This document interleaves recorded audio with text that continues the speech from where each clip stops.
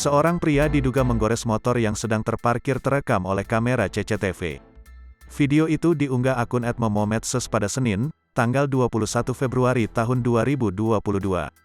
Diperlihatkan dalam video ketika seorang pria yang menggunakan topi dan memakai baju hitam sedang duduk di atas sebuah sepeda motor. Ketika akan pergi meninggalkan parkiran, pria itu nampak menunduk sambil diduga menggoreskan sesuatu ke bagian motor.